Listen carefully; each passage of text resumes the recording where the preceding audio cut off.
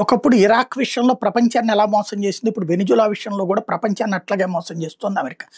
Hydrogen bomb కంటే అత్యంత powerful bomb Iran దగ్గర ఉంది, ఇరాక్ దగ్గర ఉంది. అది గనక తీసేస్తే అమెరికా 2 రోజుల్లో బూడిదైపోతుంది.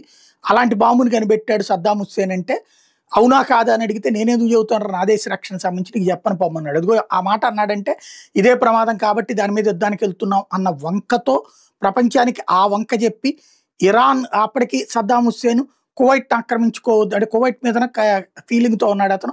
కువైట్ని ఆక్రమించుకోవద్దు, కువైట్ని ఆక్రమించుకుంటే చంపుతాను అని చెప్పేటప్పటికి వాళ్ళు అన్నాడని తెగించి అతను కువైట్ని ఆక్రమించుకున్నాడు. కాబట్టి కువైట్ని స్వాధీనం చేసుకోవడానికంటూ ఇరాన్తో యుద్ధం చేయించి అమెరికా అరాచకం చేసి చివరికి సద్దాం హుస్సేన్ ఉరితీసింది. వాస్తవంగా అణుబాంబు కూడా దొరకలేదు అక్కడ, కానీ హైడ్రోజన్ బాంబు కంటే పవర్ఫుల్ అని అబద్ధం చెప్పింది. ఎందుకంటే ఇరాక్లో ఉన్న ఆయిల్ నిల్వలను నొక్కేయడానికి వేసిన ఎత్తుగడ. ఇప్పుడు వెనిజులాలో ఆయిల్ మీద ఎత్తేయడానికి ఎత్తుగడ ఏంటంటే వాళ్ళు ప్రభుత్వమే డ్రగ్స్ అమ్ముతోంది అన్నటువంటిది. డ్రగ్స్ ఏదైనా దొరికితే పట్టుకో, నువ్వు లోపలేసుకో అని చెప్పాడు కూడా వెనిజులా అధ్యక్షుడు. కానీ ఆయిల్ ట్యాంకర్లలో అంటే ఆయిల్ ఓడలలో డ్రగ్స్ అమ్ముతున్నారు అన్న ఒక కలరింగ్ ఇచ్చింది. తాజాగా అమెరికా సైన్యం వెనిజులా ఆయిల్ ట్యాంకర్ని స్వాధీనం చేసుకుంది.